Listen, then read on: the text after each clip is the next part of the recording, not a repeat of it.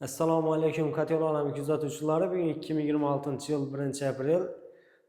Navbatdagi obyektimiz Yangibozor tumani Bo'zqala Qadriyat mahallasida Viktamon uyida bo'ladi. Bu xonadona aytib bergan ishlarimizni hozir bir qator ko'rsatib o'tamiz. Polni isitish tizimini o'rnatib berdik.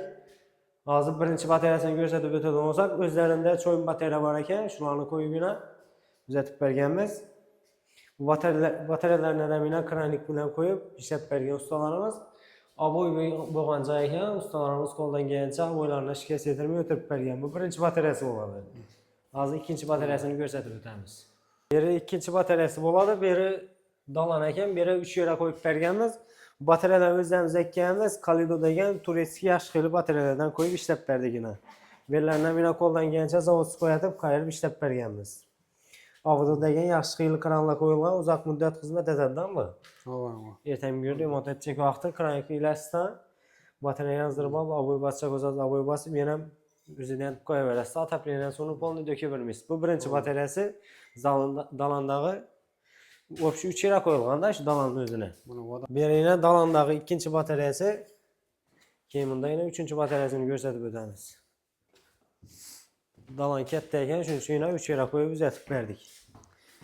Birina 3-chi batareyasi. O'zlarida cho'yin batareya bor ekan, uni 2 yerga qo'yib berganmiz. Biri zalana, biri dalandan.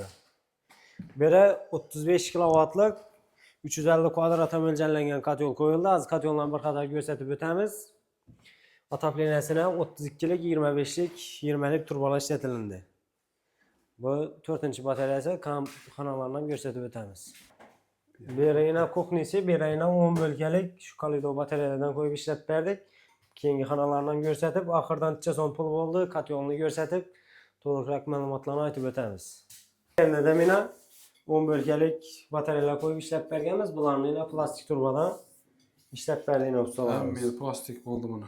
Buning ichi polni plastik bo'ldi-da, ta'mir bo'lmadi. Zanglamaydi ekan. Men bunday yerlarni mana zalinta qo'yib ajoyib etib uzatib berib ketdi.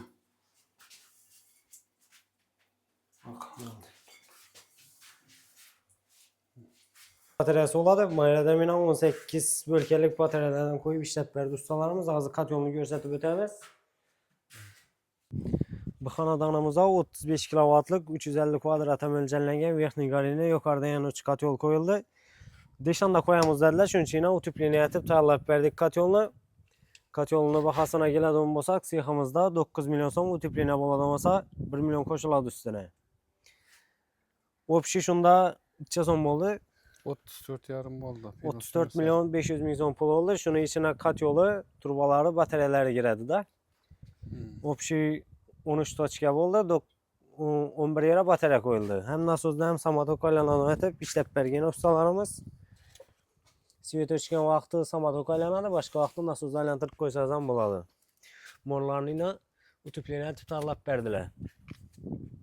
Kimga shunday otopleniya xizmatlari kerak bo'lsa, pastdan nomerlarga bemalol aloqaga chiqsangizlar, ishlaringiz tez bitirib berishga harakat etamiz. Bektamon ustalarning ishini ko'rdingiz, qo'ldan kelgancha operatsiya bitirib berdilar. Ustalarga gap yo'q. Aytganda ko'nam ziyotroq bo'ldi. Ko'ngilingizdan bo'ldimi axir ishlari? Ko'nam ziyot bo'ldi. Ajoyib issig'ana bog'lar yetib vaqtlar o'ynab o'tgan, yugurishib.